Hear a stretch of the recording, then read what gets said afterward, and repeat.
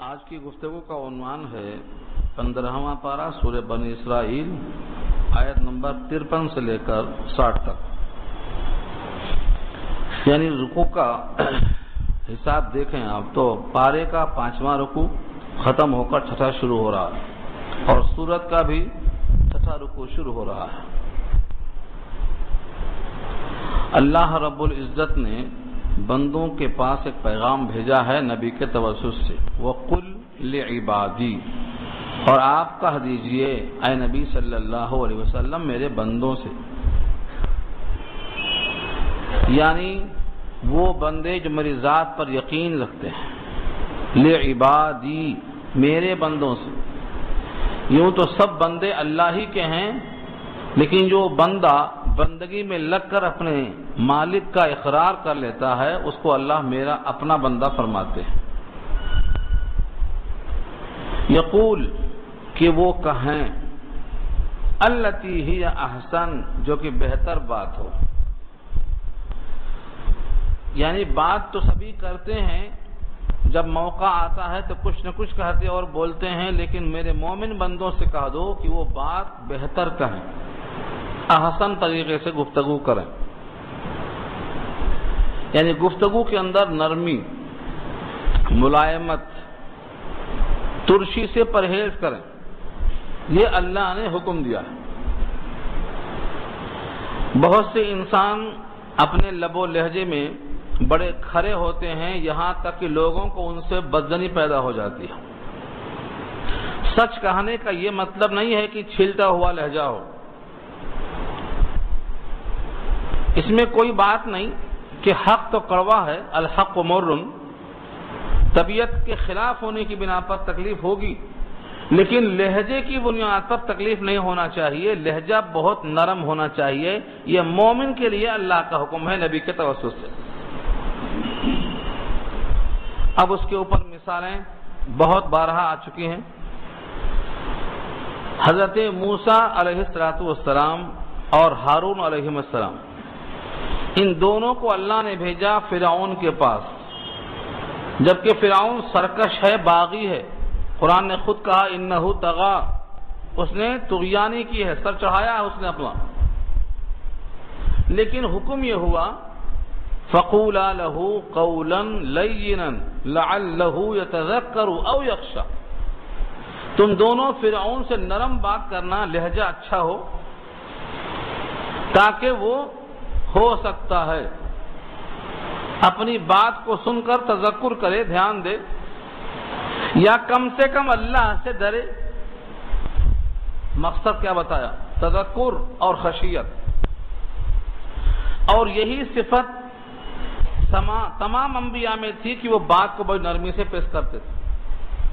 سورہ اعراف میں حضرت نوح کا مقولہ، حضرت صالح کا مقولہ، اور ان کی قوم کے الفاظ میں سختی اور غلظت، قوم نے کہا میں یہ دیکھ رہا ہوں کہ تمہارے اندر صفاحت ہے، بیوقوفی ہے،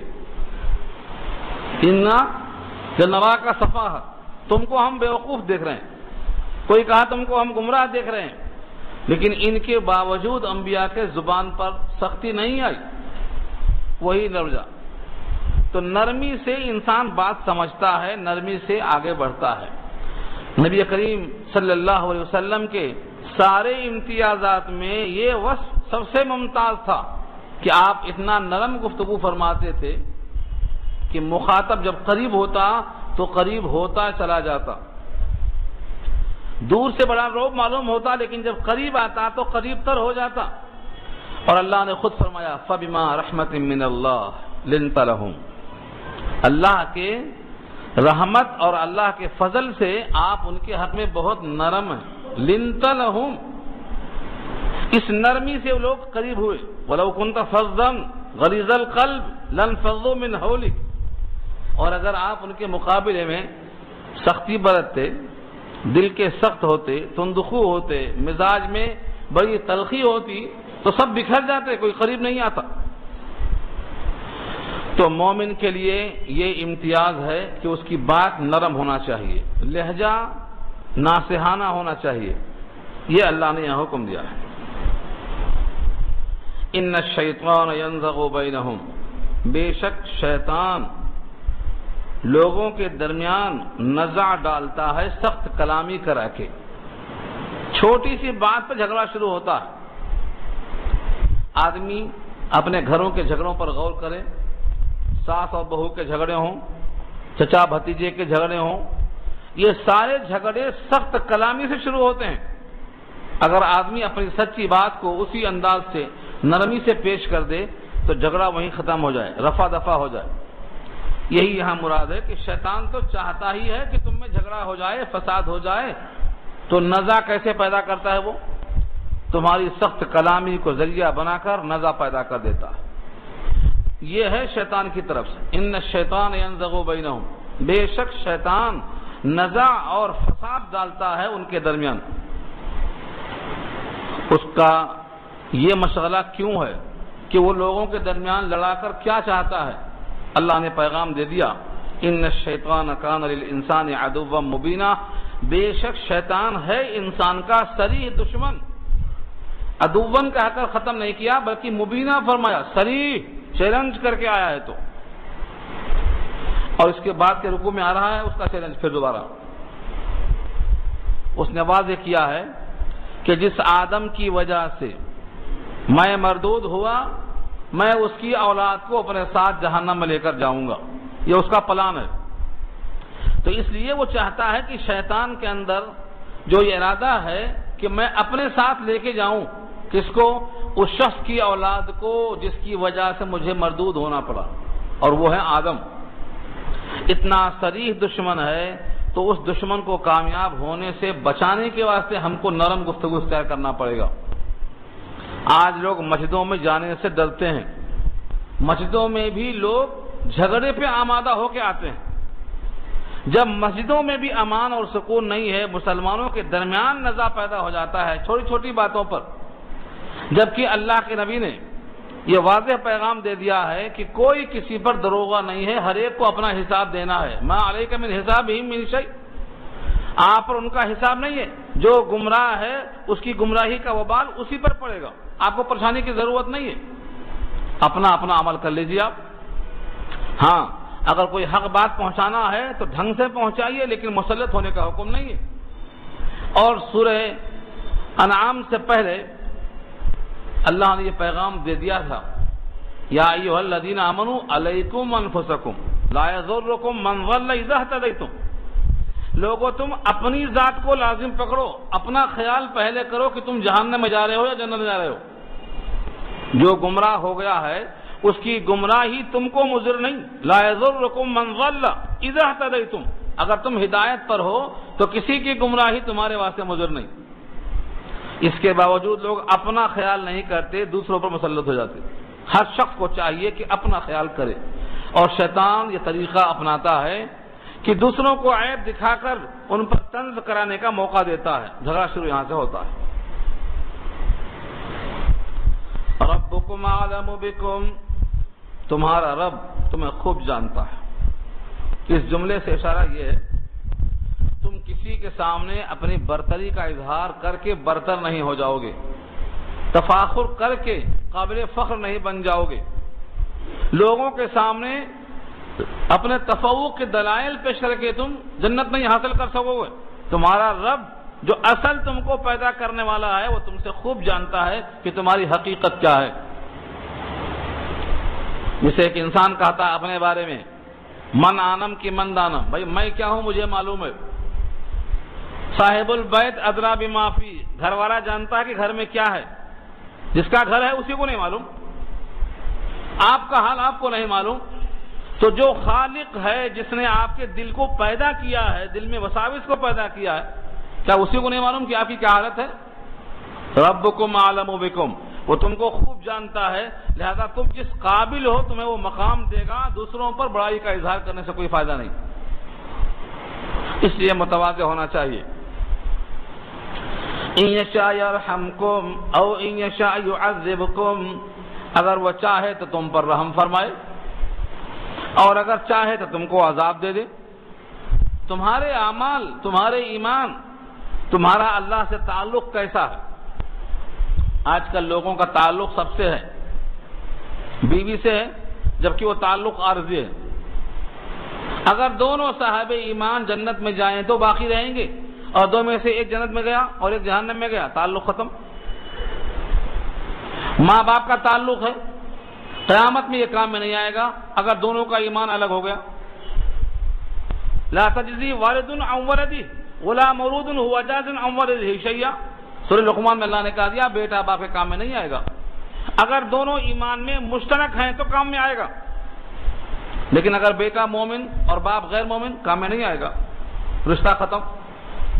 دنیا کے سارے رشتوں کو اللہ نے رد کر دیا اور فرمایا یوم یفر المرء من اخیہ، بھاگیں گے سب اپنے بھائی سے، بیوی سے، دوست سے، سب سے بھاگیں گے. اب وہ تمام رشتے کیسے ہیں؟ منقطع ہونے والے ہیں. وہ ایک رشتہ جو کبھی ختم نہیں ہوگا، وہ خالق اور مخلوق کا، عابد اور معبود کا. ہم پیدا ہونے والے ہیں، وہ پیدا کرنے والا ہے، مگر اس رشتے کو ہم نے نبھایا نہیں. کلمہ پڑھ لیا لا الہ الا اللہ محمد الرسول اللہ، اللہ کے سوا کوئی معبود نہیں، کلمہ پڑھ لیا. اس معبود کے تعلق سے جو تقاضا تھا اسے ہم نے کہاں پورا کیا؟ وہ رازق ہے، ہم مرزوق ہیں. ہم عابد ہیں، وہ معبود ہے.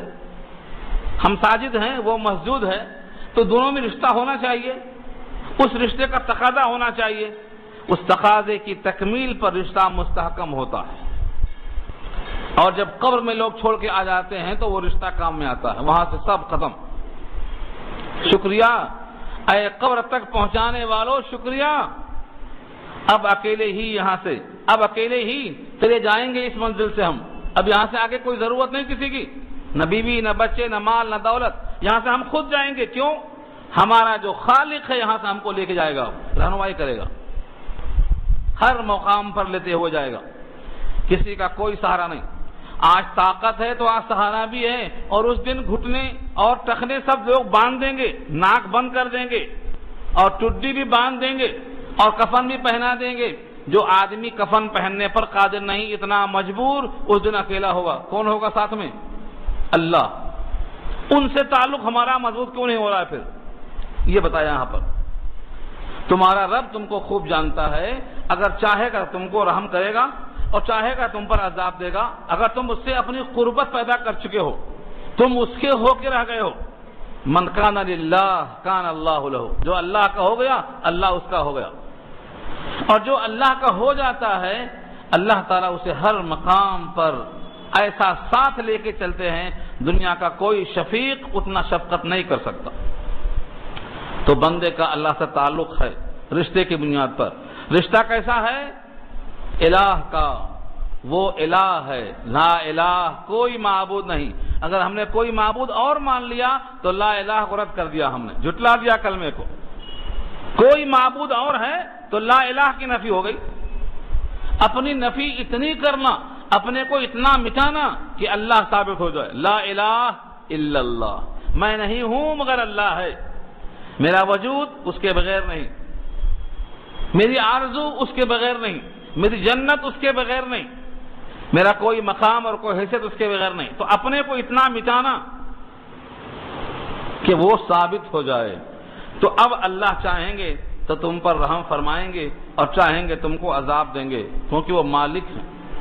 اور مالک کو اپنے مملوک چیز میں پورا اختیار ہے. آپ کے پاس ایک تھان ہے کپڑے کا، ٹوپی بناؤ تاج بن جائے، اور چڈی بناؤ تو نیچے پہن لو. اب وہ کپڑے کو بولنے کا کوئی حق نہیں کہ آپ نے اس کو تاج کیوں بنایا اور اس کو ٹھوکروں میں کیوں رکھا. مملوک ہے آپ کا وہ. بس اللہ بھی مملوک ہیں. ایک حقیر کیڑے کو، قطرہ، ایک قطرے میں کئی کیڑے، اس ایک کیڑے کو سنوارا ہے تو انسان بنا ہے. اس انسان کو اپنی حیثیت سے بات کرنا نہیں چاہیے. اپنی حیثیت تو یہ ہے کہ بات کرنے کے لائق ہی نہیں ہے، لیکن یہ اللہ کی طرف سے جو ہے صفت رحمت ہے کہ اس نے، اللہ نے آپ کو مخاطب بنایا. آپ کو یقین کرنے کی بنیاد پر صاحب ایمان کہا، آپ کے واسطے ترغیبات کے پیکج فراہم کیے، جنت رکھا ہوں آئیے، انتظار رکھا. تو یہ سب صفت رحمت پر غور کرنے سے آپ کو حاصل ہوگا کہ آپ رحمت کے لائق ہیں کہ عذاب کے لائق ہیں. وَمَا أَرْسَلْنَاكَ عَلَيْهِمْ وَكِيلًا. اور ہم نے آپ کو نہیں بھیجا ان پر کارساز. وکیل کے معنی کارساز، ذمہ دار۔ اگر وکیل ہار گیا تو کیس ہار گئے، ایسا نہیں ہے۔ اے نبی، ہم نے آپ کو ان کی ہدایت کا ذمہ دار بنا کر نہیں بھیجا کہ آپ اگر ان کو ہدایت پر نہیں لا سکے تو مقدمہ آپ ہار گئے، نہیں، آپ کا پیغام پہنچا دینا آپ کا ذمہ ہے، بس۔ ان علیک الا البلاغ، آپ کے ذمہ کیا ہے؟ پہنچا دینا۔ اب وہ مانتے ہیں نہیں مانتے ہیں وہ ہم کو چھوڑ دو، ہم دیکھ لیں گے، تو آپ ان کے کارساز نہیں۔ جب امت پر وکیل نبی نہیں ہے تو پھر کسی اور کو کیا حق پہنچتا ہے کہ سختی کرے اور سختیوں میں تلوار نکل جائے اور گریبان پکڑ لیا جائے، لاٹھیاں چل جائیں۔ لکم دینکم ولی دین، تمہارا دین تمہارے لیے، میرا دین میرے لیے۔ تمہارا عقیدہ خراب ہے تم خود بھگتیں گے۔ ہاں، پہنچا دینا محبت سے، بھائی سچ یہ ہے، اللہ نے یہ کہا، اللہ و رسول کے ارشادات یہ ہیں۔ اب اس کے بعد کوئی نہیں مانتا ہے تو آپ ان کے داروغہ نہیں ہیں کہ سختی کریں گے ان کے اوپر۔ اس کے باوجود پھر لاٹھیاں کیوں چلتی ہیں مسجدوں میں، تلواریں کیوں نکلتی ہیں مسجدوں میں؟ کیونکہ وہ پتہ نہیں کہ اللہ نے کیا کہا، رسول نے کیا کہا۔ ان کا خود ایمان اس قابل نہیں ہے کہ ان کو توفیق دے دے کہ کیا صحیح ہے اور کیا غلط ہے، تحقیق کر لیں۔ وَرَبُّكَ أَعْلَمُ بِمَنْ فِي السَّمَاوَاتِ وَالْأَرْضِ، اور آپ کا رب خوب جانتا ہے ان تمام مخلوقات کو جو آسمانوں میں ہیں اور زمین میں ہیں، یعنی ان میں کون عذاب کے لائق ہیں اور کون رحم کے لائق ہیں، چاہے فرشتے ہوں چاہے جنات ہوں۔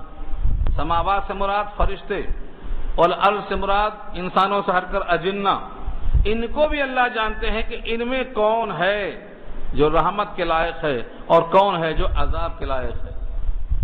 صرف تم کو جانتے نہیں، زمین و آسمان میں جتنے مخلوقات ہیں سب کو جانتے ہیں کہ ان کا موقف کیا ہے۔ اور جس طریقے سے ہم نے ان لوگوں میں فضیلت دی ہے، یہ فضیلت بعین ہی ویسی ہے جیسے انبیاء میں فضیلت تھی۔ وہ انبیاء پورے معصوم، لیکن پھر بھی ان میں درجات ہم نے رکھے، ایسے ہی انسانوں میں، جناتوں میں، فرشتوں میں بھی ہم نے درجات رکھے ہیں۔ وَلَقَدْ فَضَّلْنَا بَعْضَ النَّبِيِّينَ عَلَى بَعْضٍ، اور تحقیق کہ ہم نے فضیلت دی ہے بعض نبیوں کو بعض پر۔ ہے نبی سب کے سب اللہ کی طرف متوجہ ہیں، سب کے سب کامل الایمان ہیں، سب کے سب صادق الوعد ہیں، اس کے باوجود ان میں سے بعض کی صفت بعض پر بھاری ہے۔ کئی اس بات سے کہا، نوح کو نجیب اللہ کہا، ان کی دعا قبول، کیا اوروں کی قبول نہیں ہوتی؟ اوروں کی بھی ہوتی، لیکن نجیب اللہ انہیں اس بات سے کہا کہ ان کی دعا ایسی قبول ہوئی کہ سب نے پہچان لیا، سارا عالم غرق ہو گیا ان کی دعاؤں سے۔ بد دعا کیا تو نیک لوگ کشتی میں بچ گئے، باقی غرق ہو گئے، تو ان کی دعا ظاہر ہوئی تو نجیب اللہ کہہ دیا۔ ابراہیم خلیل اللہ ہیں، کیا اور کوئی خلیل نہیں تھا؟ سب خلیل ہیں، لیکن ان کی خلت سب پہ فائق ہوئی اور ظاہر ہوئی کہ اپنے خلیل کو اپنی خلت کی لاج رکھنا پڑا کہ آگ میں کود گئے، بے خطر کود پڑا آتش نمرود میں، تو یہ خلت کا غلبہ ہے، تو خلیل بن گئے وہ۔ کیا سارے انبیاء حبیب نہیں ہیں؟ لیکن حبیبیت یہاں ایسی غالب آئی کہ سید الانبیاء کو اللہ نے اپنا حبیب کہا ہے۔ کیوں؟ سب کو چاہا ہے، لیکن سب سے زیادہ آپ کو کیوں چاہا ہے؟ کیونکہ اللہ نے آپ کو وہ صفات اور وہ برکات عطا فرمائے ہیں جو حبیبیت کی طرف مائل کرتے ہیں۔ تو اللہ کے حبیب، ہر نبی حبیب ہیں، لیکن یہاں حب غالب تھا، اتنا غالب تھا کہ اللہ نے فرما دیا اگر تم کو میری محبت ہے تو تم میرے محبوب کی نقل کر لو، تم بھی محبوب۔ یہ محبوبیت کے واسطے رکھا اللہ نے، تو جس صفت پر جو غلبہ ہوتا ہے اس کا وہ نام دیا جاتا ہے۔ وَلَقَدْ فَضَّلْنَا بَعْضَ النَّبِيِّينَ عَلَى بَعْضٍ، اور ہم نے فضیلت دی ہے بعض نبیوں کو بعض پر۔ وَآتَيْنَا داود زبورا، اور دیا ہم نے داود کو زبور، یہ بھی فضیلت ہے۔ سب کو زبور نہیں دی گئی، لیکن داود کو زبور دی گئی، تو داود کی فضیلت ہوئی زبور کے عطا کیے جانے میں، فضیلت ہے یہ۔ حضرت موسیٰ کو تورات دی گئی، حضرت عیسیٰ کو انجیل دی گئی۔ 150 صورتوں پر مشتمل تھی زبور۔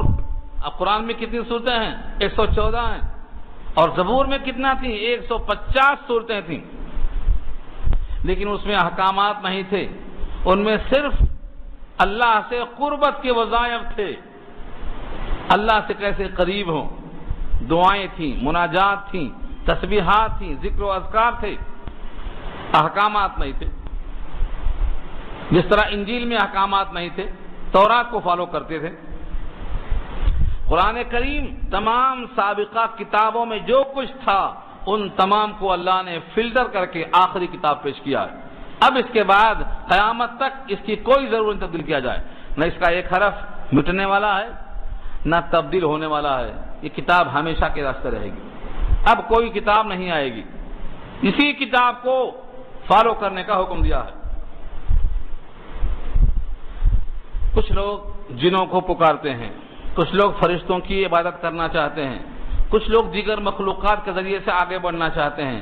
اللہ نے ان تمام کے واسطے 2 آیتوں میں بہت واضح پیغام دیا ہے. قل کہہ دو، ادعو پکارو تم، الذین زعمتم جن جن کو تم گمان کرتے ہو، من دونہ اللہ کے علاوہ، جن جن کو تم سمجھتے ہو کہ یہ کچھ ہیں، معبود نہیں تو معبود سے قریب ہیں، معبود سے قریب کرنے میں کام آئیں گے. تمہارا گمان ہے جن کے بارے میں، ان کو پکارو. فلا یملکون کشف الضر عنکم، تم سے تکلیف کو وہ دور کرنے پر قادر نہیں.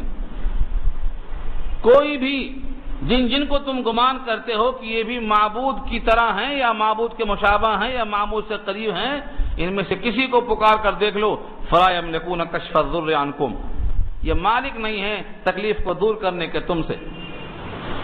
چلو تکلیف دور کرنا تو بہت دور کی بات ہے، ولا تحویلا، اور تکلیف کو بدل ڈالنے پر قادر نہیں ہے کہ تکلیف ذرا کم ہو جائے، تکلیف کی نوعیت ذرا چینج ہو جائے، وہ بھی کرنے پر قادر نہیں. چاہے یہ اجنہ ہو، چاہے یہ فرشتے ہوں، اور چاہے یہ شیاطین ہوں، چاہے کوئی بھی مخلوق ہو جن کو لوگ سمجھتے ہیں کہ یہ کچھ کام میں آئیں گے، بلکہ ان کی پریشانی کا عالم یہ ہے یہ خود تلاش کرتے ہیں. اولئک الذین یدعون یبتغون الی ربہم الوسیلۃ ایہم اقرب، وہ لوگ تو وہی ہیں، یعنی جن جن کو مشرکین پکار رہے ہیں ان تمام کا یہ حال ہے کہ یہ خود تلاش کر رہے ہیں. کیا؟ الوسیلہ، وسیلہ تلاش کر رہے ہیں. کدھر جانے کے لیے؟ الی ربہم، اپنے رب کی طرف جانے کے لیے. یہ اگر جنوں کو پکارتے ہیں تو جن خود تلاش کرتے ہیں وسیلہ، یعنی قرب. اگر یہ فرشتوں کو پکارتے ہیں تو فرشتے قرب چاہتے ہیں، یعنی جن جن کو یہ سمجھتے ہیں کہ یہ ہمارے معبود ہیں، وہ معبود تو کجا ہوتے، وہ تو معبود کا قرب خود تلاش کرتے بیٹھے ہیں. الوسیلہ جس پر بحث سورہ مائدہ میں ہو چکی ہے، یہاں وہ بحث دہرائی نہیں جائے گی. اتنا عرض کر دوں کہ وسیلہ کے معنی قرب کے آتے ہیں، ڈھونڈنا. اور اللہ کا قرب حاصل کرنے کے لیے سب سے زیادہ اہم کیا ہے؟ ایمان اور عمل صالح. ایمان اور عمل صالح کے بغیر کوئی ذریعہ قرب نہیں بن سکتا. تو یہ تلاش کرتے ہیں، اپنے رب کی طرف قرب کو تلاش کرتے ہیں. ایہم اقرب، کہ ان میں زیادہ قریب کون ہے؟ جو اللہ سے قریب ہو گیا. کیسے قریب ہوا؟ اپنے ایمان و عمل کے ذریعے سے مقرب بنتا ہے. وَيَرْجُونَ رَحْمَتَهُ، اور وہ تو خود ڈھونڈتے ہیں اپنے رب کی رحمت کو. وَيَخَافُونَ عَذَابَهُ، اور ڈرتے ہیں اس کے عذاب سے. یعنی یہ لوگ خود عذاب سے ڈرتے ہیں، یہ لوگ خود رحمت کی تلاش میں اچھے اعمال میں سرگرداں ہیں. تم جن کو خدا سمجھتے ہو یا خدا کا قریب سمجھتے ہو. ان عذاب ربک کان محذورا، بے شک آپ کے رب کا عذاب ایسا ہی ہے کہ اس سے ڈرا جائے. محذور مفعول ہے، اس کا مادہ الحذر. حذر کے معنی بچنا. جیسے کوئی سانپ دیکھتا ہے تو بولتا ہے سانپ سانپ، مطلب کیا ہے؟ بچو بچو. ایسے ہی ہے الحذر، الحذر بچو. تو محذور کے معنی جس سے بچا جائے. آپ کے رب کا عذاب واقعی ایسا ہے کہ اس سے بچا جائے، اس کو برداشت کرنے کی طاقت کس میں ہے؟ اللہ نے خود پوچھا ہے فما اصبرهم علی النار، لوگ آگ پر صبر کیسے کریں گے؟ سوال کیا ہے. نبی صلی اللہ علیہ وسلم دعائے قنوت میں کیا سکھا کے گئے؟ وَنَخْشَ عَذَابَكَ، اور کیا کہا؟ وَنَخْشَ عَذَابَكَ إِنَّ عَذَابَكَ بِالْكُفَّارِ مُلْحِقٌ، ہم آپ کے عذاب سے ڈرتے ہیں، آپ کا عذاب کافروں کو پہنچنے والا ہے. اگر ہم کو پہنچا تو ہم اس کو برداشت نہیں کر سکتے.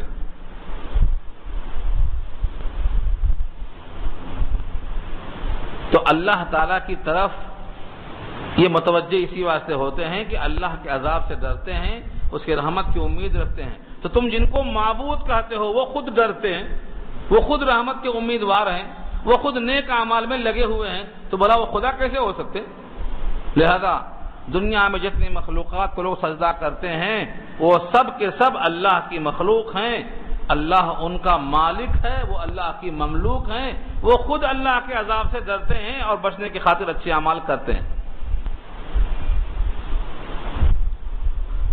اس دنیا میں تمام مخلوقات میں سب سے افضل انسان ہے، اور انسانوں میں سب سے افضل انبیاء ہیں، اور انبیاء میں سب سے افضل سید الانبیاء ہیں۔ جب وہ سجدے میں ہیں اور جب وہ دستبستہ کھڑے ہیں اور جب وہ انا عذابک بالکفار ملحق کہتے ہیں اور جب وہ نقشہ عذابک فرماتے ہیں، تو پھر دنیا میں اور کون ہے جو کہا دے کہ ہمیں کوئی خطرہ نہیں ہے؟ کون ہے کائنات میں بولنے والا ایسا؟ یہ اللہ نے پیغام دیا یہاں پر۔ اب رہا سوال کافروں کا، جتنے کافر ہیں ان کے لیے عذاب لکھا جا چکا ہے، یا تو دنیا ہی میں شروع ہوگا اور اگر یہاں بچ گئے تو مرتے ہی شروع ہوگا، اس میں کوئی دو رائے نہیں ہے، یہ پیغام دیا اللہ نے۔ وَإِن مِّن قَرْيَةٍ إِلَّا نَحْنُ مُهْلِكُوهَا قَبْلَ يَوْمِ الْقِيَامَةِ أَوْ مُعَذِّبُوهَا عَذَابًا شَدِيدًا وَإِن مِّن قَرْيَةٍ، اور نہیں ہے کوئی قریہ، ان کے معنی نہیں، اللہ سے پہلے ان کہیں بھی آئے تو نگیٹو ہی میں آتا، پورے قرآن کریم میں اللہ سے پہلے ان چاہے جہاں آئے گا وہ نگیٹو میں آئے گا۔ اور نہیں ہے کوئی بستی والے، نہیں ہے کوئی کفاروں کی بستی والے، الا نحن مہلکوہا، مگر ہم ان کو ہلاک کرنے والے ہیں۔ کافر کفر کے ساتھ یہ نہ سمجھے کہ ہم بچ گئے، نہیں، کفر کے ساتھ کوئی بھی بستی ہوگی اس کے لیے یہ چیلنج ہے اللہ کی طرف سے، اور کفار کی ایسی کوئی بستی نہیں ہے الا نحن مہلکوہا کہ ہم اس کو ہلاک نہ کریں قبل یوم القیامہ، قیامت سے آنے سے پہلے، او معذبوہا عذابا شدیدا، یا اس کو ہم عذاب دیں گے، سخت عذاب، یعنی یا تو ان کو ہلاک کر دیں گے، اور ہلاکت سے اگر نہیں تو کم سے کم سخت عذاب ضرور آئے گا۔ وہ سخت عذاب کبھی بیماری کی شکل میں آئے گا، کبھی قحط کی شکل میں آئے گا، اور کبھی خانہ جنگی کی شکل میں آئے گا، یہ سب شکلیں ہو سکتی ہیں۔ جتنے کافر ہیں ان کی زندگی میں کوئی اعتدال نہیں، توازن نہیں، جو اپنے مالک کے وفادار نہیں، اس لیے ان کی زندگی میں بے حیائی، منکرات، ناجائز کمائی، ہر چیز کا غلبہ ہوتا ہے، اس لیے وہ دنیا میں بھی ہلاکت کے اور آخرت میں عذاب کے حقدار بنتے ہیں۔ اور یہ مت سمجھو کہ صرف دھمکی ہے، کان ذالک فی الکتاب مستورا، یہ ہے لوح محفوظ میں لکھا ہوا۔ کان ذالک، یہ بات جو بتائی گئی ابھی، فی الکتاب سے مراد لوح محفوظ، اور مستورا مانے لکھا ہوا، سطر بسطر لکھا ہوا۔ مستور ہمارے اردو میں بنا ہے مستر، سطر کھینچنے کا آلہ، تو مستور کے معنی مکتوب، لکھا ہوا۔ یہ ہم اس کتاب میں جو اطلاع دے رہے ہیں یہ پہلے سے لکھا ہوا ہے۔ کافر عذاب کا حقدار ہے، کافر ہلاکت کا حقدار ہے، چاہے دنیا میں ہو، چاہے مرتے ہی پکڑا جائے، برزخ میں ہو یا آخرت میں ہو، بچنے والا نہیں ہے۔ اس لیے کوئی کافر خوش نہ ہو، بلکہ اپنے کفر پر غور و فکر کرے کہ میں کس طرح کر رہا ہوں کفر۔ آج بھی اگر ان کو کریدا جائے، کھودا جائے، دیکھا جائے تو کافر مطمئن نہیں ہے، بے چین ہیں، لیکن افسوس ان تک کوئی پہنچتا نہیں۔ ان کافروں تک جب عیسائی پہنچتے ہیں تو وہ لوگ عیسائی بن جاتے ہیں، مسلمان پہنچتے ہیں تو وہ مسلمان بن جاتے ہیں، تو ہمارے نہ پہنچنے کی وجہ سے وہ مسلمان نہیں بن پاتے اور عیسائی ہو کر، کافر ہو کر ہی مر جاتے ہیں۔ نتیجہ یہ ہے کہ وہ جہنم کی آگ میں جاتے ہیں۔ قیامت میں اللہ سوال کریں گے کہ تیری خاطر تیرا پڑوسی صاحب ایمان بن سکتا تھا مگر تو نے توجہ نہیں کیا، تو اس کا جواب کیا ہے؟ اب اسے سوچنا پڑے گا۔ آپ سوچیے، آپ عقل مند ہیں، سوچنا پڑے گا۔ کتاب یہی رہے گی؟ کتاب نہیں۔ کوئی نبی اب نہیں آئے گا تو یہ کتاب ان تک کون پہنچائے گا؟ جس کے ذمہ تھی وہی کتاب سے غافل ہے۔ دنیا کی کوئی کتاب نہیں ہے جس کے ساتھ اللہ نے کہا ہو کہ یہ کتاب ہدایت ہے، یہی ایک کتاب ہے جس کو اللہ نے کتاب ہدایت کہا ہے۔ لہذا جو تنظیمیں، جو جماعتیں، جو گروہ، جو ٹولیاں اس کتاب کے بغیر ہیں وہ کتاب ہدایت سے خالی ہیں۔ اور قرآن نے صاف کہا ہے فذکر بالقرآن، قرآن کے بغیر نصیحت کریں گے تو وہ اثر نہیں ہوگی، کیونکہ وہ دلائل تمہارے پاس نہیں ہیں۔ جو دل پہ نشتر لگتا ہے قرآن کریم سے وہ کسی اور کتاب سے نہیں لگ سکتا۔ وما منعنا ان نرسل بالآیات الا ان کذب بها الاولون، اس آیت میں ایک اشکال کا جواب ہے۔ بہت سے لوگ مطالبہ کرتے ہیں ہم جو مانگیں ہم کو فوراً مل جائے۔ بھائی وہ رب ہیں، ہم جو مانگیں وہ فوراً کرنے پر قادر ہیں، ہم مانگیں فوراً مل جائے، دیری کیوں ہوتی؟ یعنی فرمائشی معجزہ، جیسے مثال کے طور پر قوم سمود جن کی طرف حضرت صالح بھیجے گئے علیہ السلام، ان لوگوں نے کہا آپ کو ہم نبی نہیں مانیں گے جب تک کہ اس پہاڑ سے ایک اونٹنی نکال دو، وہ بھی گابھن، نکلتے ہی بچہ پیدا ہو۔ اب سوچو کیا سوال تھا، کوئی تک تھا؟ پہاڑ سے اونٹنی کا تعلق کیسے ہو سکتا ہے؟ کوئی جنس ہے یہ؟ قرب قیامت میں ایسی چیزیں ہوں گی جو انسان سوچ نہیں سکتا۔ زمین سے چوپایا نکلنے والا ہے جس کا ذکر اللہ نے کیا ہے پارہ 21 کے اندر سورہ نمل کے آخر میں۔ عجیب الخلقت جانور نکلے گا، دنیا نے اس سے پہلے کبھی نہیں دیکھا۔ اب آج بھی سنا اطلاع مل رہی ہے انڈوں سے انسان پیدا ہو رہے ہیں، غلط ہے کہ صحیح ہے واللہ عالم۔ تو یہ دنیا میں اللہ جو چاہے وہ کرنے پر قادر ہے، لیکن ایک دستور ہے وہ چلا آ رہا ہے۔ تو ان لوگوں نے کہا تھا کفار قریش نے کہ مکے کے پہاڑ طائف بھیج دو، طائف کے باغات یہاں لے آؤ، اور ہمارے قبروں سے دادا کو کھڑا کرو، مردے کو، ہم ذرا پوچھیں دادا کیسے ہو، آرام میں ہو، برزخ کیسی گزری، موت کیا چیز ہے، ہم ذرا معلوم تو کریں۔ یہ ان کی خواہشیں تھیں، ان کے معجزات تھے، طلب تھی ان کی۔ اللہ نے یہاں پر ان کا جواب دیا ہے بہت ہی مدلل، اور یوں فرمایا کہ ان کے مطلوبہ فرمائشی معجزات کو بھیجنے سے صرف اس واسطے ہم رکے ہوئے ہیں کہ سابقہ لوگوں نے اس کا انکار کیا۔ مثلا حضرت صالح نے اونٹنی کو نکال دیا، ان کے فرمائش کو پورا کر دیا۔ جب اونٹنی پہاڑ سے آ گئی تو ماننا چاہیے نہیں ماننا چاہیے؟ لیکن اب انہوں نے نہیں مانا اور الٹا اونٹنی کو کاٹ دیا، اونٹنی کو ذبح کر دیا، عذاب آیا، مر گئے۔ تو ہمارا دستور کیا بنا؟ اگر کوئی منچاہا مطالبہ کرتا ہے، فرمائش کرتا ہے، اس کی فرمائش کو ہم پوری کر دیتے ہیں اور اب بھی وہ نہیں مانتا ہے تو جینے کا حق کھو دیتا ہے، ہلاکت لازم ہو جاتی ہے۔ اور مشیت یزدی ہے کہ امت محمدیہ ابھی باقی رہے، قیامت تک چلنا ہے اس کو، اس واسطے اس کے فرمائشی معجزات کو ہم پورا نہیں کریں گے، کیونکہ یہ بھی انکار کرے گا، یہ ہمارا علم بتاتا ہے۔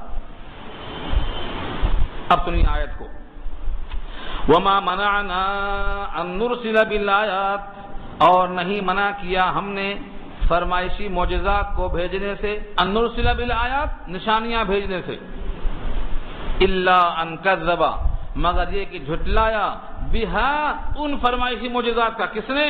الاولون، سابقہ لوگوں نے۔ مثال دے دیا، قوم سمود نے مطالبہ کیا، اونٹنی آئی، انکار کیا، اونٹنی کو کاٹ دیا، ہلاک کر دیے گئے۔ اب تم بھی اگر مکے کے پہاڑ ہٹ گئے، طائف کے باغات آ گئے، دادا کو کھڑا کر دیا قبر سے، اور تم نے نہیں مانا تو کیا کریں گے؟ اب تم بھی ہلاک کیے جائیں گے، اور مشیت یزدی ہے کہ تم کو باقی رکھا جائے۔ اب اس کی مثال خود دیا اللہ نے، وَآتَيْنَا ثَمُودَ النَّاقَةَ مُبْصِرَةً فَظَلَمُوا بِهَا، اور دیا ہم نے سمود کو ناقہ مانے اونٹنی۔ کیسے دیا؟ ان کی جیسی فرمائش کی ویسا دیا۔ وہاں اونٹ کی کمی نہیں تھی، اونٹ بہت تھے، اونٹ سے اونٹنی کا نکلتے رہنا بہت آسان تھا، لیکن انہوں نے ایسی چیز خواہش کی جو بالکل انہونی تھی، نہ ہو سکے جیسا۔ انبیاء کو تنگ کرنے کے لیے کہا اس پہاڑ سے نکالو اونٹنی۔ اونٹنی تو اونٹ سے نکلتی ہے، لیکن وہاں نکالنے کا حکم کیا دیا؟ پہاڑ سے نکالو، کیونکہ ماننا تو ہے نہیں۔ تو ایسی بات کہو کہ یہ نہ کر سکیں، یہ ان کا مزاج تھا۔ اللہ فرماتے ہیں ہم نے اونٹنی ان کو دیا تھا، لیکن کیوں؟ مبصرتن، سجھانے کو دیا تھا، تاکہ کھول کر آنکھیں دیکھ لیں کہ اللہ ہر چیز پہ قادر ہے۔ لیکن فظلموا بہا، انہوں نے اونٹنی پر ظلم کیا، کاٹ دیا، اونٹنی کی کوچ کاٹ دیا۔ فعقروها، عقر کہتے ہیں پیچھے گھوڑے کے نیچے جو ٹاپ ہوتی، اس کے اوپر جو رگ ہوتی، اس کو عقر کہتے ہیں۔ جیسے انسانوں میں ایڑی کے اوپر موٹی رگ ہوتی ہے، یہ اس کو عقر کہتے ہیں۔ فتعاطى فعقر، انہوں نے کیا کیا؟ اونٹنی کی کوچ کو کاٹ دیا۔ تو اللہ نے ان پر عذاب بھیجا، کیونکہ حقدار بن گئے وہ۔ تو اگر ہم اے مکے والوں تمہاری خواہشیں پوری کرنے کو معجزات دے دیں اور تم انکار کر دو تو تم کو بھی اللہ تعالی ہلاک کر دیں گے۔ وَمَا نُرْسِلُ بِالْآيَاتِ إِلَّا تَخْوِيفًا، اور ہم نہیں بھیجتے ہیں نشانیوں کو مگر خوف دلانے کو۔ یعنی جتنے معجزات ہم بھیجتے ہیں اس کا مقصد یہ ہوتا ہے کہ یہ دیکھ کر کے ڈر جائیں کہ اللہ ہر چیز پہ قادر ہے، ہم پر عذاب دینے پر قادر ہے، جہنم بنا کر اس میں داخل کرنے پر قادر ہے، اس لیے ہم بھیجتے ہیں نشانیوں کو۔ وَإِذْ قُلْنَا لَكَ إِنَّ رَبَّكَ أَحَاطَ بِالنَّاسِ وَمَا جَعَلْنَا الرُّؤْيَا الَّتِي أَرَيْنَاكَ إِلَّا فِتْنَةً لِلنَّاسِ وَالشَّجَرَةَ الْمَلْعُونَةَ فِي الْقُرْآنِ وَنُخَوِّفُهُمْ فَمَا يَزِيدُهُمْ إِلَّا طُغْيَانًا كَبِيرًا۔ اور ہم نے جب کہا تھا آپ سے، وَإِذْ قُلْنَا لَكَ، اور جب ہم نے کہا آپ سے، إِنَّ رَبَّكَ أَحَاطَ بِالنَّاسِ، بے شک آپ کے رب نے لوگوں کا احاطہ کر لیا ہے۔ لوگ اللہ کی گرفت میں ہیں، اللہ نے ہر چیز کا احاطہ کیا۔ واللہ محیط بالکافرین، اللہ کافروں کو گھیرے ہوئے۔ اللہ محیط ہے اور ساری کائنات محاط ہے، جس کو گھیرا گیا ہے وہ کائنات ہے۔ سارے انسان گھیرے میں ہیں، اور گھیرنے والا کون ہے؟ اللہ کی ذات۔ سارے کے سارے انسان گھیرے میں ہیں، اپنے علم سے، اپنی قدرت سے اور اپنی مشیت سے سارے انسانوں کو اللہ نے گھیر رکھا ہے۔ کوئی بھی اللہ کی گرفت سے باہر نہیں جا سکتا۔ اور ایک معراج کے موقع پر جو نبی صلی اللہ علیہ وسلم کو رات کے کچھ حصے میں بچشم سر دکھلایا کہ راتوں رات بیت اللہ سے بیت المقدس گئے اور ساتوں آسمان کی سیر کیا اور واپس آ گئے، یہ جو دکھلایا ہم نے آپ کو، یہ ان کے لیے آزمائش ہو گئی۔ جو اللہ کی قدرت سے منکر تھے وہ کہنے لگے بھلا ایسا کیسے ہو سکتا ہے کہ ایک رات میں اتنا لمبا سفر ہو جائے، آسمان پر جا کے آ جائیں۔ ان کے واسطے یہ دکھلانا فتنہ اور آزمائش بن گیا، اور جن کے دل میں ایمان اور یقین تھا ان کے ایمان و یقین میں اضافہ ہو گیا۔ صدیق اکبر سے کہا گیا کہ تمہارے دوست ایسا کہتے ہیں، انہوں نے کہا تو یقیناً سچ کہا ہے، کیونکہ وہ صادق الامین ہے۔ عقل پر نہیں تولا، اپنی عقل کو ترازو نہیں بنایا، بلکہ یہ کہا کہ وہ چونکہ نبیوں کے سردار ہیں، انہوں نے کہا ہے تو ضرور ایسا ہوا۔ تو معجزات کو اپنی عقل پر نہیں تولنا، ہر معجزہ اللہ کا فعل ہوتا ہے۔ نبی کے ہاتھ پہ ہو تو معجزہ، اور ولی کے ہاتھ پہ ہو تو کرامت، اور کسی کافر کے ہاتھ پہ ہو تو استدراج اور ڈھیل کہتے ہیں اس کو، مگر وہ فعل بندے کا نہیں ہوتا، وہ فعل اللہ کا ہوتا ہے، اور اللہ ہر چیز پہ قادر ہے، تو وہ جو چاہے کر سکتا ہے، تو یہ بھی ہو سکتا ہے، وہ بھی ہو سکتا ہے۔ اس تناظر میں دیکھو اس جملے کو، وَمَا جَعَلْنَا الرُّؤْيَا الَّتِي أَرَيْنَاكَ إِلَّا فِتْنَةً لِلنَّاسِ، اور نہیں بنایا ہم نے رؤیا کو، رؤیا کے معنی تو خواب کے آتے ہیں، لیکن جس طرح آدمی خواب میں کچھ دیکھتا ہے اس کو رؤیا کہتے ہیں، اگر ان آنکھوں سے دیکھتا ہے تو اس کو بھی رؤیا کہتے ہیں، دکھلانا۔ اور وہ ہم نے جو آپ کو دکھلایا تھا، جو کچھ کی ہم نے آپ کو تماشا دکھلایا، کب دکھلایا تھا؟ واقعہ معراج میں، ساتوں آسمان دکھلایا، یہ ہماری نشانیاں تھیں، جنت دکھلایا، جہنم دکھلایا، اور آپ کو اتنا طویل وقفہ پلک جھپنے کی مقدار میں حل کرایا، یہ سب دکھلایا ہم نے۔ یہ کیا تھا؟ تماشا تھا، یہ سب کے واسطے فتنہ تھا۔ الا فتنۃ للناس، لوگوں کے حق میں فتنہ ثابت ہوا، اور فتنہ کے معنی ہلاکت کا ذریعہ۔ جب لوگوں نے اس کا انکار کر دیا تو وہ منکر ہو گئے، اور جب منکر ہو گئے تو ہلاکت کے لائق ہو گئے، یعنی کافر ہی رہے۔ اب بدر میں ان کی پکڑ ہو گئی، وحد میں مارے گئے، غزوہ خندق میں ذلیل ہوئے، فتح مکہ میں تہس نہس کر دیے گئے۔ یہ سب ان کے واسطے انجام کیوں ہوا؟ اسی انکار کی بنا پر۔ انکار کیا کیوں؟ واقعہ معراج کے ان تمام تماشوں کو دیکھنے کی بنیاد پر۔ تو واقعہ معراج میں جو کچھ ہم نے آپ کو دکھلایا، یہ ہمارا آپ کو دکھلانا ان کے لیے فتنہ بنا، انکار کا سبب بنا، ہلاکت کا ذریعہ بنا۔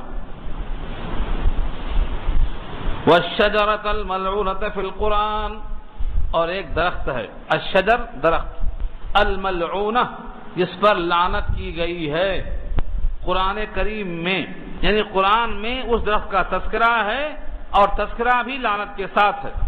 وہ درخت کا نام ہے زقوم۔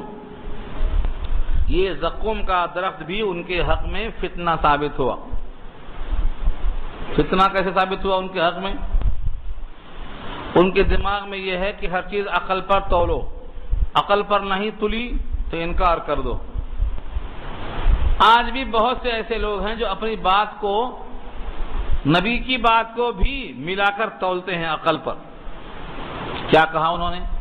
بھلا جہنم تو آگ ہے، جہنم میں آگ کے شعلے ہوں گے، ان آگ میں ایک درخت کا پیدا ہونا یہ کیسے ہو سکتا ہے؟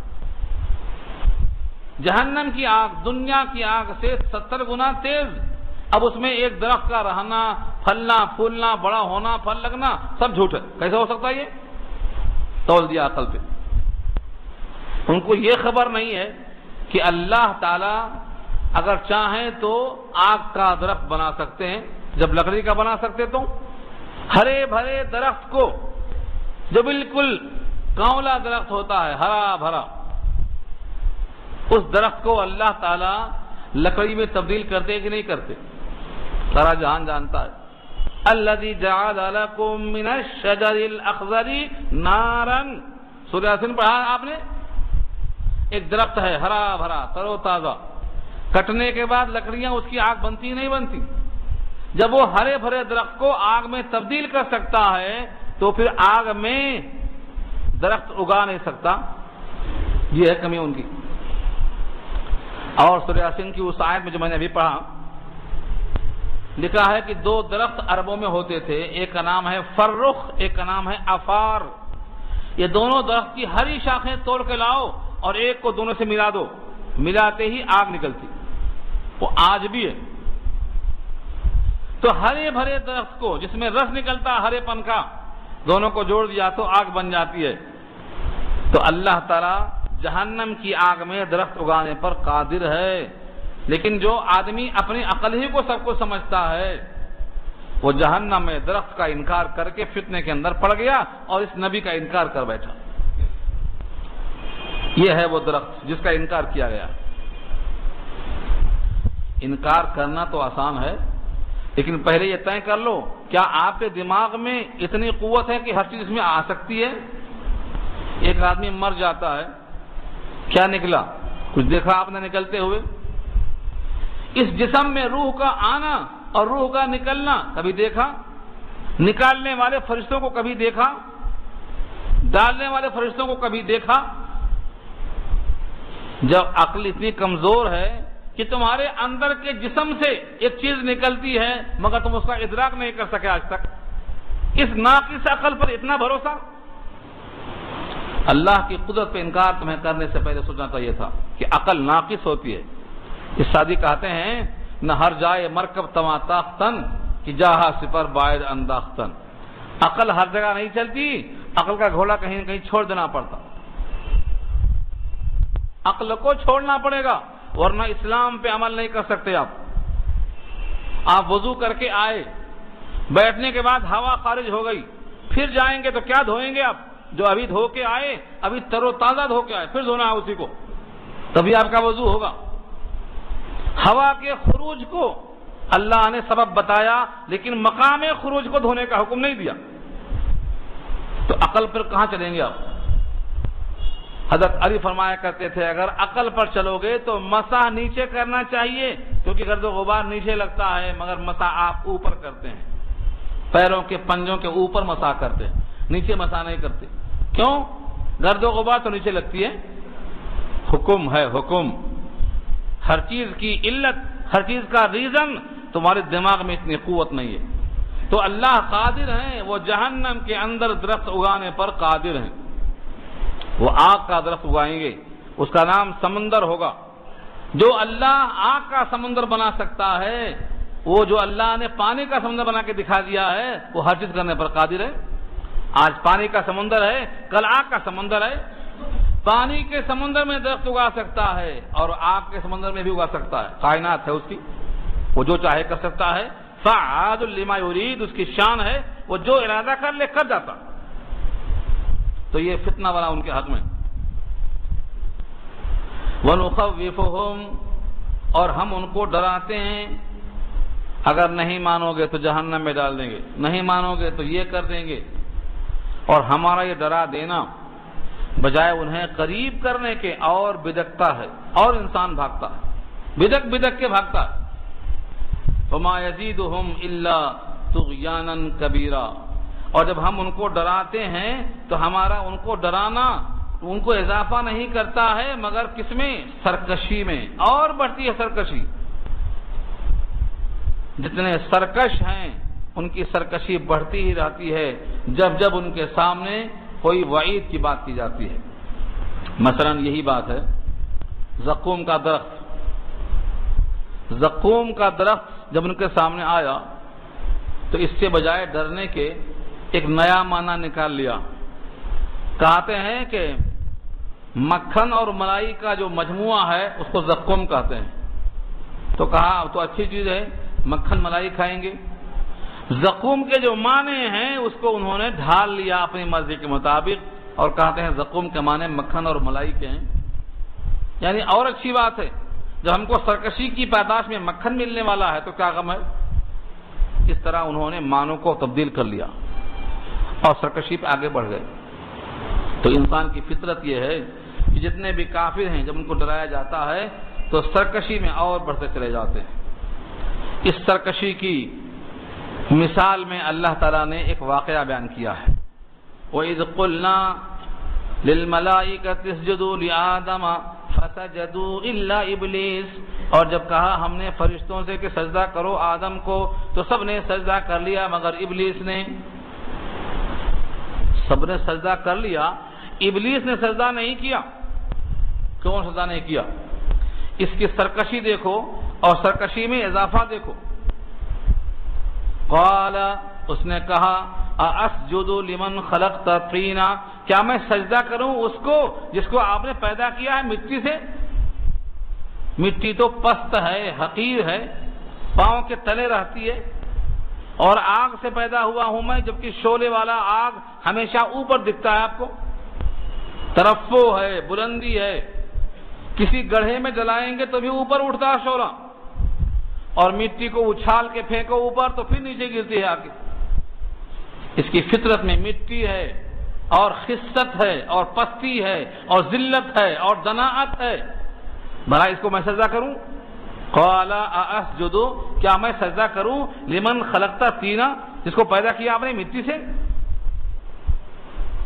قال أرأيتك هذا الذي كرمت علي، ابلیس نے کیا کہا تھا وہ سنو، سرکشی کیسا بڑھتی ہے دیکھو۔ قال، اس نے کہا أرأيتك، بھلا دیکھو تو صحیح، هذا الذي كرمت علي، یہ ہے وہ آدم اور ابن آدم جس کو تو نے میرے اوپر کرامت بخشی، اس مٹی کے پتلے کو میرے اوپر تم نے فوقیت دے دیا، تکریم کیا، اس کی عزت بنایا، کرمت علیہ، میرے اوپر اس کی شرافت کو تم نے غالب کر دیا۔ لئن اخرتنی، اگر آپ مجھے تھوڑا مہلت دے دیں، اخرتنی کے معنی مجھے تھوڑا مہلت دے دیں، کب تک؟ الی یوم القیامہ، قیامت کے دن تک، بس تو کیا کروں گا میں؟ لَأَحْتَنِكَنَّ ذُرِّيَّتَهُ إِلَّا قَلِيلًا، تو میں اس کی ذریت کو اپنے قبضے میں کر کر ساتھ لے کے چلا جاؤں۔ لَأَحْتَنِكَنَّ، احتناق کے معنی آتے ہیں استیصال، جڑ سے اکھاڑ کے پھینک دینا۔ شیطان اللہ سے کہہ رہا ہے تم نے جس کو میرے مقابل میں ترجیح دیا، تکریم کیا، اعزاز بخشا، قبلہ بنایا، میں اگر مجھ کو مہلت مل گئی قیامت تک کے واسطے تو اس کی اولاد کو میں استیصال کروں گا، جڑ سے اکھاڑ کے پھینکوں گا اس کو۔ الا قلیلا، مگر کچھ لوگ بچیں گے، تھوڑے سے لوگ۔ شیطان کی زد سے کتنے بچیں گے؟ الا قلیلا، تھوڑے، زیادہ لوگ زد میں آئیں گے۔ اللہ نے یہاں پر صاف اعلان کر دیا، قال اذهب، کہا جا جا، قالا کے معنی کہا اللہ نے، اور اذهب، جا جا، دھمکی دینے کی ضرورت نہیں، اذهب، چلا جا، فمن تبعك منهم، جو تیرے فالوورز ہوں گے، فمن تبعك منهم، ان میں سے جتنے لوگ تیری اتباع کرنے والے ہوں گے، فإن جہنم جزاؤکم، تو بے شک جہنم ہے تمہارا بدلہ، تمہارے فالوورز کا، تمہارے متبعین کا۔ کیسا بدلہ؟ جزاء موفورا، بھرپور بدلہ ہے یہ، تمہاری ہر سرکشی کا بھرپور بدلہ ہے، کمی نہیں ہے، بس جہنم ہی کافی ہے تمہارے بدلے کے واسطے۔ اور تمہارا لشکر، تمہارا سبب، تمہارے پاس جو ہتھیار ہیں سب لے آؤ، استعمال کر لو۔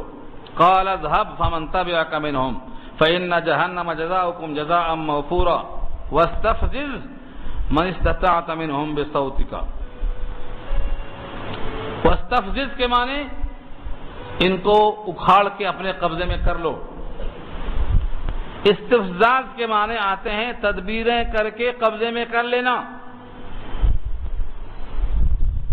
من استطاعت منہم، ان میں سے جس پر تیرا استطاعت ہو، تیرا قابو چلے، ان کے قدم اکھاڑ دے، بصوتک، اپنی آواز کے ذریعے، واجلب علیہم بخیلک، اور دوڑا ان پر اپنے گھوڑے، ورجلک، اور پیادے، وشارکہم فی الاموال، اور شریک ہو جا ان کے مال میں، والاولاد، ان کی اولاد میں، وعدہم، اور ان کو وعدے دلا کر۔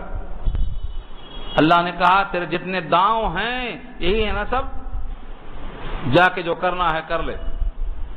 ان تمام بندوں میں سے جس پر تیرا قابو چلتا ہے، اپنے آواز سے، اپنے گھوڑ سواروں سے، اپنے پیادوں سے، ان پر کوشش کر کے دیکھ لے۔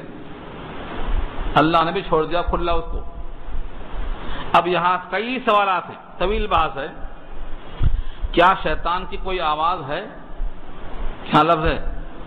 جس پر تیرا قابو چلے اپنے چیخ و پکار سے، بصوتی کا، صوت کہتے ہیں آواز کو، تو شیطان کی آواز کون سی ہے؟ حضرت ابن عباس رضی اللہ تعالی عنہ فرماتے ہیں یہ صوت شیطان کی اس زمانے میں کون سی ہے؟ تو فرمایا گانا بجانا اور جتنے بھی باجے ہیں یہ شیطان کی آواز ہے۔ اب مجھے بتاؤ کون بچے گا؟ موبائل تک میں گانے، کوئی فون کیا تو باجا، اور شوق میں ہم سمجھتے نہیں کہ ہم کیا کر رہے ہیں، حالانکہ اس میں کئی آوازیں ہیں، کئی آپشنل ہیں، مگر جو آواز دل میں گدگدی پیدا کرتی وہ رکھتے ہم، ہمارے دماغ میں آتا ہی نہیں ہے کہ شیطانی آواز ہے یہ۔ جتنی میوزک ہیں، جتنے گانے ہیں، یہ سب شیطان کی آواز ہیں۔ میرا قول نہیں، ابن عباس کا قول ہے جو مفسر قرآن ہے اسی آیت پر۔ ابن کثیر دیکھو، تو جتنے بھی گانے بجانے ہیں، جتنی سریلی آواز ہیں، جتنے ولیمے کے اندر آپ لاتے ہیں، رات بھر کھانا کھائیں گے. کھانا کھانے کو 10 منٹ چاہیے, کلام پاک پڑھنے کو ٹائم نہیں ملتا, لیکن ولیمے میں رات بھر سنیں گے قوالیاں ناچنے والیوں سے, 25,000 دیں گے اس کو. جب دل میں کوئی تکلیف نہیں ہوگی اور قاضی صاحب کو 500 دینا پڑا تو جان نکلتی. جس سے نکاح ہوا ہے, جس سے حلال ہوئی ہے, حرام سے حلال ہوئی ہے, اس کو 500 دیتے ہوئے روتے, اور اس کو 25,000 دے رہے ہیں. مرنے کے وقت میں نہیں بلاتے اس کو, آج ذرا باجا بجا دے, آج روح نکل رہی میری, تب تو یہی آئیں گے کہ بیچارے روح نکلتی ہے, ذرا سورہ یاسین پڑھ دو, ذرا دعائیں خیر کر دو, حلق میں پھنسی ہوئی ہے. جب کہاں جاتی 25,000 لے کے وہ, جب نہیں آتی. تو یہ شیطان کے تمام آوازوں کا خمیازہ ہے جو قوم بھگت رہی ہے. وَأَجْلِبْ عَلَيْهِمْ بِخَيْلِكَ وَرَجِلِكَ, اور گھوڑ سوار اور پیادے کیا ہیں, ایک محاورہ ہے کہ تیرے پاس جتنی قوت سب لیا.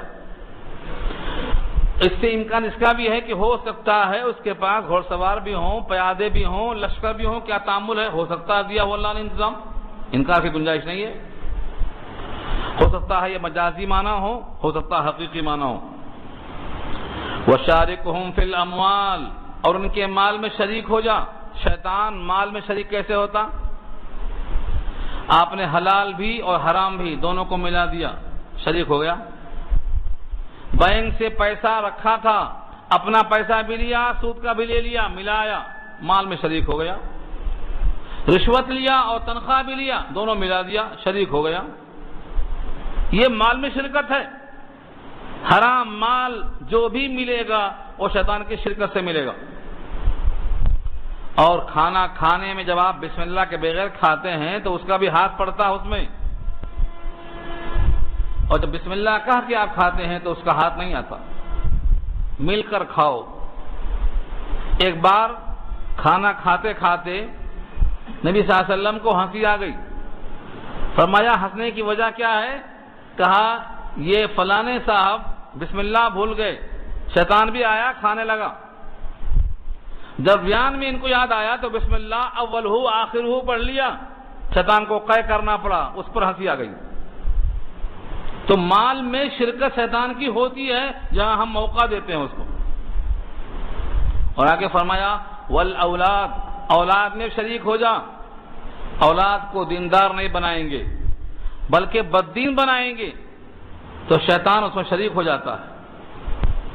صحبت کے موقع پر اگر بندہ بسم اللہ کے بغیر گیا ہے اور دعا کے بغیر گیا ہے تو مجامعت میں شیطان شریک ہوتا ہے, حدیث میں آتا ہے. اسی واسطے حدیث میں جو دعا سکھائی گئی ہے, اللہم جنبنا, اللہم جنبنا وجنب الشیطان ما رزقتنا, اے اللہ ہم کو بھی بچا شیطان سے اور جو بچہ پیدا ہوگا اس کو بچا شیطان سے. یہ دعا کیوں سکھائی؟ کیونکہ اگر اس کو آپ نے چھوڑ دیا کھلا, اللہ کی پناہ کے بغیر جائیں گے تو شیطان کی وہاں بھی شرکت ہوگی. شیطان کی شرکت جب ہوگی تو بچہ کیسا ہوگا؟ جس کا دوست شیطان ہوگا اس کے اعمال بھی ویسے ہوں گے. فساء قرینا کہا اللہ نے اس کو. ومن يعش عن ذکر الرحمن نقیض له شیطان فهو له قرین, جو شیطان سے قریب ہوگا اس کے واسطے کیا کہا؟ جو رحمان سے اعراض کرے گا ہم شیطان مسلط کر دیں گے, وہ دوست بن جائے گا.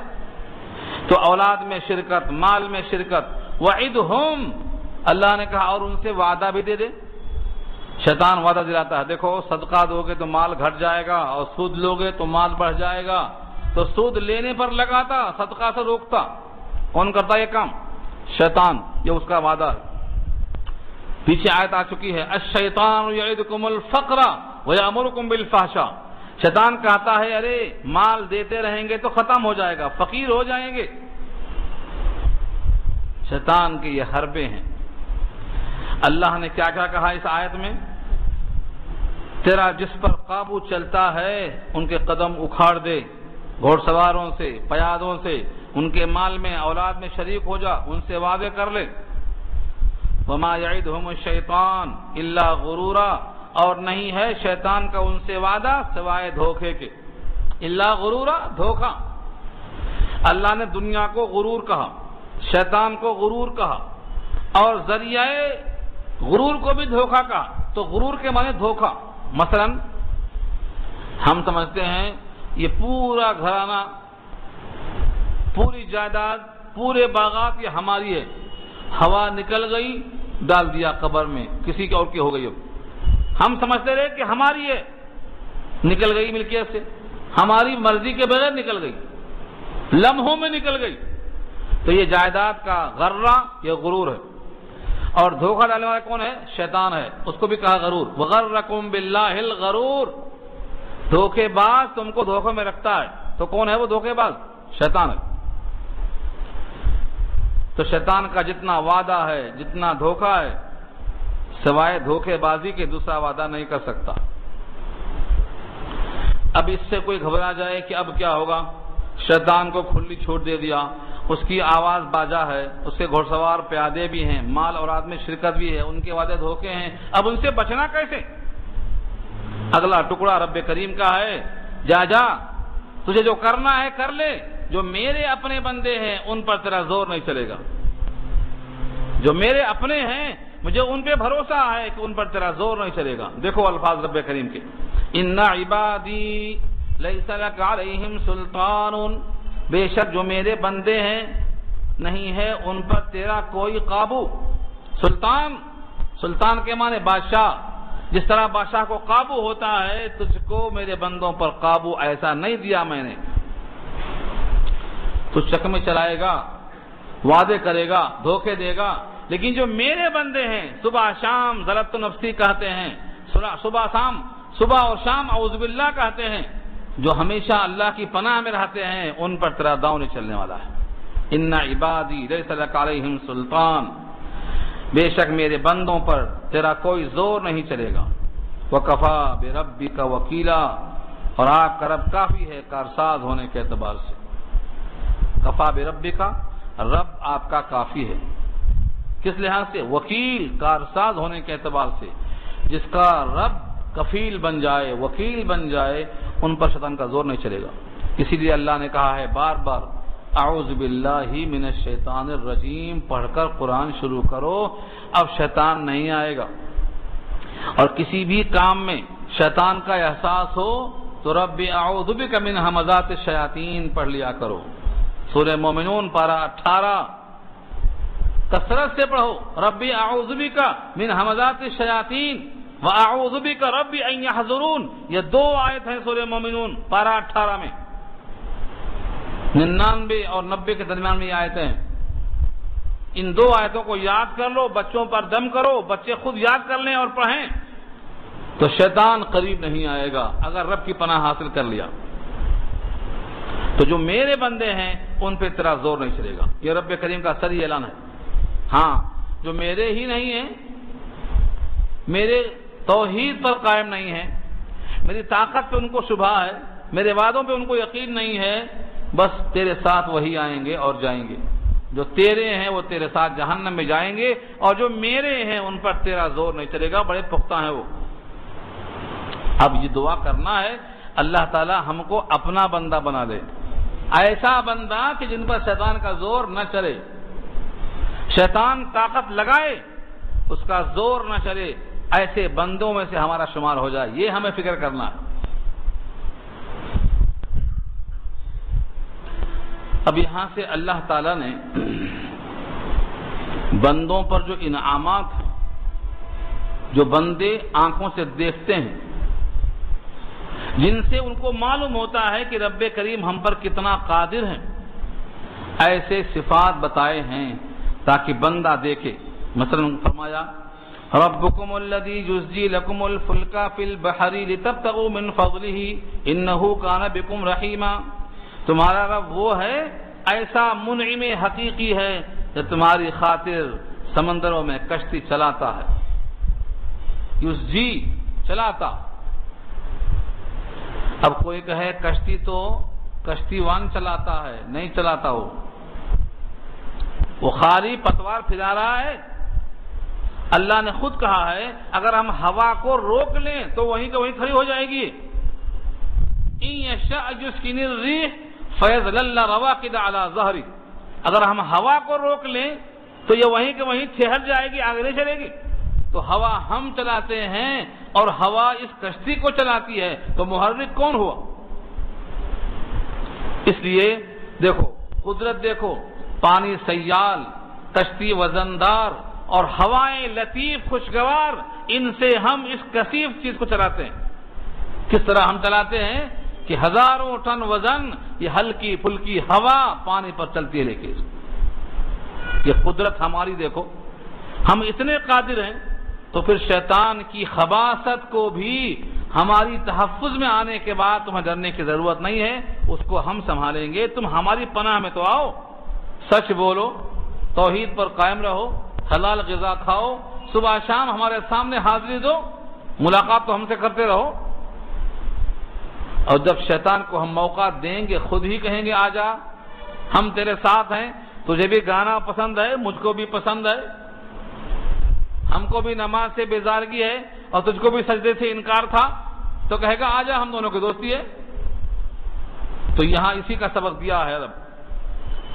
تمہارا رب وہ ہے، ایسا منعم ہے جو چلاتا ہے تمہاری خاطر کشتیاں سمندروں میں، لِتَبْتَغُوا مِنْ فَضْلِهِ، تاکہ تم اس کا فضل تلاش کرو، تاکہ تم اس کا فضل تلاش کرو۔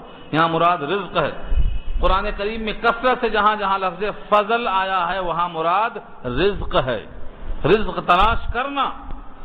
ہاں رزق ہمارا لکھا ہے، لیکن ہم کو اللہ نے یہ نہیں کہا ہے کہ تم ہاتھ پیر باندھ لو اور بیٹھ جاؤ۔ تبتغوا، تلاش کرو، اس کے فضل کو تلاش کرو۔ انہ کان بکم رحیما، بے شک وہ تم پر مہربان ہے، اور اس کی مہربانی کی وجہ سے تمہارے واسطے یہ تدبیریں کرتا ہے کہ سیال پانی پر کثیف کشتی کو لطیف ہواؤں سے تمہارے واسطے رزق فراہم کرنے کا انتظام کرتا ہے۔ تم پر کتنا رحیم ہے، کتنا کریم ہے اور کتنا شفیق ہے۔ ابھی اور بہت سی آیتیں اس رکوع میں باقی ہیں، دوسرا رکوع چل رہا ہے یہ، انشاءاللہ یہ گفتگو آئندہ ہوگی۔ آج کی گفتگو کا حاصل یہ ہے کہ ہم اپنے تعلقات اللہ سے مضبوط کر لیں۔ دعا کر لیجیے۔